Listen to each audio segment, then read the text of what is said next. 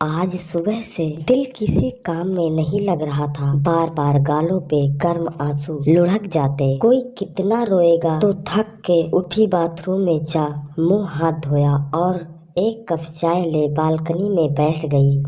हल्की हल्की बारिश हो रही थी। नजरें दौड़ाई तो सामने की बालकनी में एक कम उम्र जोड़ा बातें कर रहे थे। लड़का कुछ कहता और हाथों में बारिश का पानी ले लड़की के चेहरे पे फेंक देता और लड़की खिलखिला उठती। जाने क्यों मुझे अच्छा नहीं लग रहा। एक जलन सी होने लगी और वहाँ से उठ कमरे में आ गई। ऐसी तो न थी, मैं उन दोनों को तो जानती भी नहीं, फिर क्यों ऐसी भावना आई दिल में। अगर मैं खुश नहीं तो उनको क्या, मैंने तो कभी महसूस ही नहीं किया था कैसे होता है पति का प्यार, कैसे दिल के तार झनझनाते हैं जब आपका प्यार आपके पास होता है। सामने रोहित की तस्वीर टंगी थी। मन में एक घृणा का भाव उठा और मैंने अपना मुंह फेर लिया। 20 साल की भी नहीं हुई थी मैं जब पापा ने रोहित से शादी कर दी। किसी शादी में देखा था मुझे रोहित की माँ रीमा जी ने। मैं पसंद आ गई और हो गई शादी। पर किसी ने पूछा रोहित को पसंद थी या नहीं। अपने भाग्य पे रोती रह गई थी मैं, और कर भी क्या सकती थी। जब पति प्यार नहीं करता तो ससुराल में भी इज्जत नहीं मिलती। नौकरानी बन के रह गई थी। सारा काम भी करो और गालियां भी सुनो। चुपचाप सहती रही जब तक मम्मी जी थी। जब उनकी मौत हुई, मेरी आजादी हुई।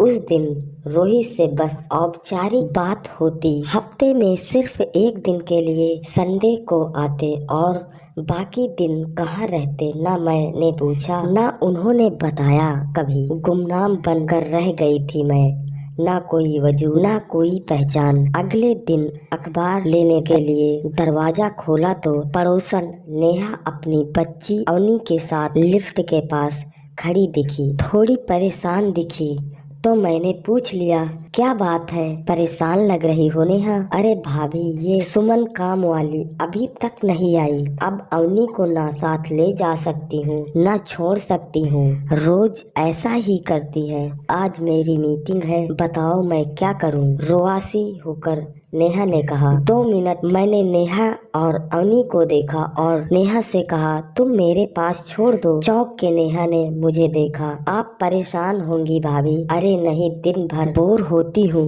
रोहित भी सिर्फ संडे को होते हैं। तुम ऐसा करो, अवनी के खाने का रूटीन बता दो और मेरे पास छोड़ दो।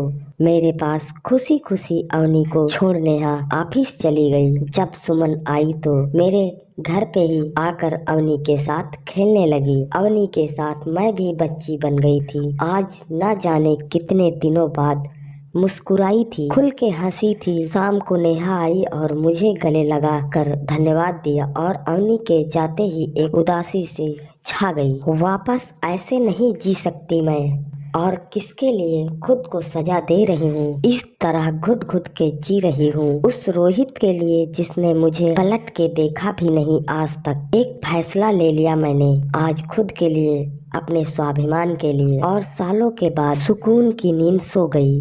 अगले दिन मेरे घर के बाहर एक बोर्ड लगा था, आस्था आंटी सेकंड होम। मैंने यानी आस्था ने डे केयर की शुरुआत कर दी। सुमन को अपने घर पे काम दे दिया। अब मैं फिर से जीना सीख गई थी। खुल के हंसती, बच्चों के साथ बच्ची बन जाती।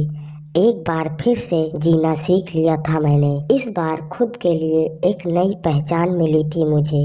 अब नहीं खोने दे सकती थी इस पहचान से मेरी अपनी खुशियों को।